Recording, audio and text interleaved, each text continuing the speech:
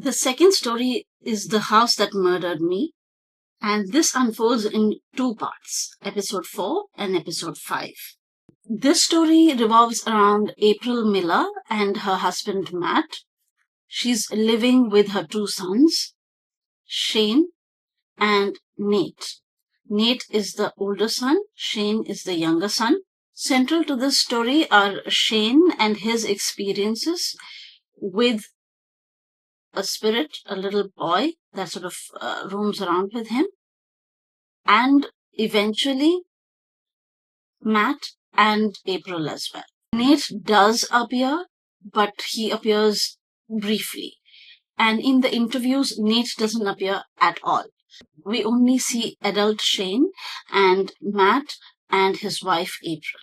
This story covers the time period from March 2004 to August 2006. This story is set in and around Salt Lake City. April Miller is from a very strict Mormon family, and ironically, she ends up becoming a single mother at 16. She ends up leaving her church because the people in her church are judgmental of her becoming a single mother and of her decision to keep the child. She doesn't want to abort it. So she goes ahead and she has Nate. And a few years later, she has Shane. She begins living as a single mother in a trailer in West Valley. A few years later, she meets Matt, and they both move in together to a location 25 minutes away from Salt Lake City in West Jordan. Now, in this house, there is once an incident where an intruder breaks into their home.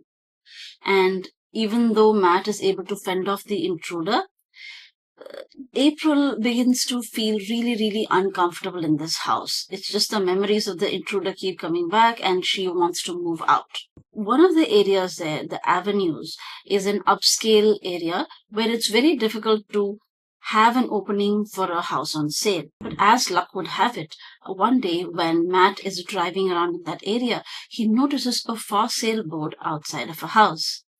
And this house is a beautiful Victorian house. He talks to April Miller about this, and he says that they should go and check out the house.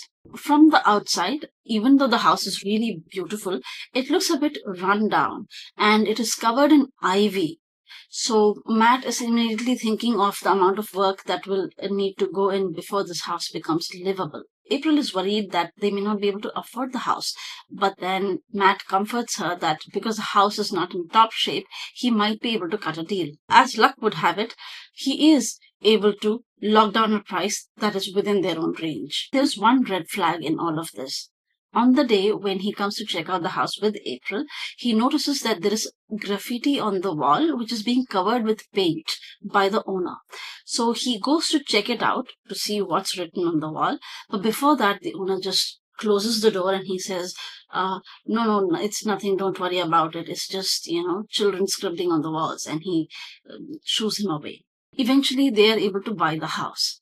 Once the house becomes their own, they move in there. So on the first day when they move in, everybody is really excited. The boys run out into the backyard. Matt goes down into the basement to check it out. Meanwhile, April goes to the bedrooms upstairs to check out the bedrooms. She notices an old clawfoot bathtub in one of the bathrooms. She immediately dislikes it and she decides that this has to go. That night, they stay up until 1 or 2 in the night, excited about the prospect of living in this beautiful house. Then they fall asleep. As they are sleeping, April is awoken by a soft whisper, "Mommy, Mommy." Now, April wakes up and she's worried and she's looking around. There's no one there. And she wakes up Matt.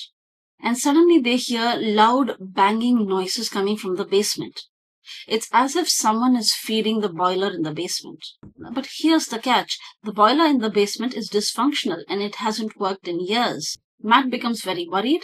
He tells April to stay inside the room. He takes a baseball bat and he goes to check out if there's an intruder there. He keeps hearing weird clanging loud noises as if the boiler is functioning, but the moment he reaches the basement, there's nothing there. The sounds sort of stop. One day while cleaning the house, April looks out of the window and she sees that Shane is swinging on a tire swing from a tree. She keeps hearing him say, higher, higher. So she assumes that her older son Nate is pushing Shane on the swing, and that's who Shane is talking to. But when she goes down to check it out, she becomes worried that the swing is swinging too high, and she wants to tell Nate to stop pushing his brother so high. She goes down to check it out, and she sees that actually Shane is swinging by himself. As soon as he sees his mother, he stops the swing, he gets down, and he says, Mom, Benjamin is pushing the swing. And there is no one there. We are then taken from this dramatized moment onto the real Shane being interviewed. In the interview, at this moment, when he recalls this incident, he's completely overwhelmed with emotions. The adult Shane, the real Shane, tells us in the interview that no matter where he went in the house, he always felt that there was this presence hovering around his shoulder, and that this energy or entity started to become more friendly with him as time went on. He started to think of Benjamin as a friend. He doesn't recall ever inviting him or asking him where he's from. Since he always found him around his own house, he just assumed that this boy just walked over from the neighborhood, and he never considered the possibility of asking him where he's coming from. Matt had heard Shane mentioning Benjamin, and he just assumed that Benjamin was some kid from the neighborhood. While Matt is clearing the house of the ivy, he finds that one of the rooms has a window which has a false wall from the inside the house, and it is sealed off. So when you're inside the house, you can't see that there's a window. But from the outside, when they're clearing the ivy, they find a window. So he decides to knock down that false wall and to extend that room into a nice closet for April. Remember, I told you about the bathtub that April had noticed on the first day? She had wanted that removed. So Matt gets to work on that. He arranges for a couple of guys to come and remove that bathtub, and he goes off to work. He comes back in the evening. He notices that the bathtub is still there. So he calls up the guys and he asks why it has not been removed. So they say that whenever these guys tried to lift it and carry it away, it felt like it had water and it was heavy and they couldn't carry it out. Because they were not able to remove the bathtub, they were willing to return the money to Matt. Now Matt was on his own. He decided that he will put this on the back burner and come back to the bathtub issue later. As Matt is fixing the house around, he begins to realize that everything in the house is either rotten or needs to be replaced. Matt was beginning to feel like this house is against him. He would finish repairs on one thing and then he would discover that there is great repairs left with another thing. So it was this never-ending chain of work which was soaking in all of his money and savings. To cope with the expenses, April gets a job with an adult dating service as a receptionist. At this job, she starts to make in one day what she was making in a week in the previous job. So all of the money that was coming from this job was very useful in the repairs of the house. Even though her Mormon upbringing was giving her qualms about the job that she had taken up, she rationalized it as her giving the best lifestyle that she can for her children. One strange thing was happening when she was heading out to work. Every morning she would find that her keys are missing and she would be searching. And then Shane would walk up to her, hand over the keys and say that Benjamin had kept it safe for her. And she didn't pay it much notice to this. She was just caught up in her own everyday activities. Around this time, April and Matt's relationship began to suffer. Because before this, April was a stay-at-home mom. Meanwhile, Matt was bringing in the livelihood. Now the roles had reversed. He would stay at home and do the repairs, meanwhile she was out there making money. So this role reversal was affecting their parenting also. Earlier she was fully present for the kids, and now he had to take on that responsibility. At night, Shane started to have nightmares every night. He would wake up screaming because he was having incidents and experiences, and unfortunately, Matt kept on dismissing these concerns and putting him back to sleep. So he was beginning to get tired because he was not getting proper sleep at night. Meanwhile, April was under constant camera surveillance at work, so she couldn't even make phone calls at home to check if the kids were all right. So at this point, this role reversal was straining all of them. The kids were not getting the attention that they deserved. Matt was not able to handle the parenting responsibility as well as he should.